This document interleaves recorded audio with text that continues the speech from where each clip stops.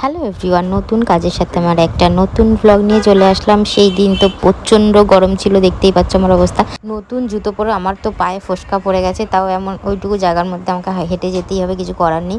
আর এই দিন তো আমার এত প্রবলেম হচ্ছিল, কি বলবো। দিদিও মাঝখান দিয়ে বলছে তোমার প্রবলেম হচ্ছে, আমি বুঝতে পারি, কিন্তু আমি সেভ করি না এগুলো, তো কিছু করার নেই, তুমি একটু কষ্ট করে করো। তবুও আমি চেষ্টা করছিলাম করার মতন। লাস্টে ফিনিশিংটা তোমাদের দেখাচ্ছি কেমন হয়েছে। তোমার একটু প্রবলেম হচ্ছে, এটাই হলো ব্যাপার। এই দিদির ছিল অ্যানিভার্সারি, আমাকে এইটা সাজেস্ট করেছিল আমার একটা বন্ধু রিয়াকে থ্যাংক ইউ। দিদি যেমনটা বলেছিল তার পছন্দ মতোই আমার করার চেষ্টা করেছি।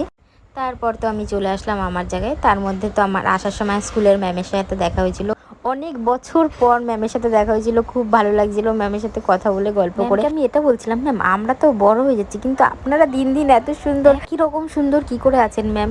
তারপর চলে আসলো আমার এঙ্গেজমেন্ট ব্রাইড, খুব মিষ্টি দেখতে ছিল, ওর ব্যবহারও খুব ভালো।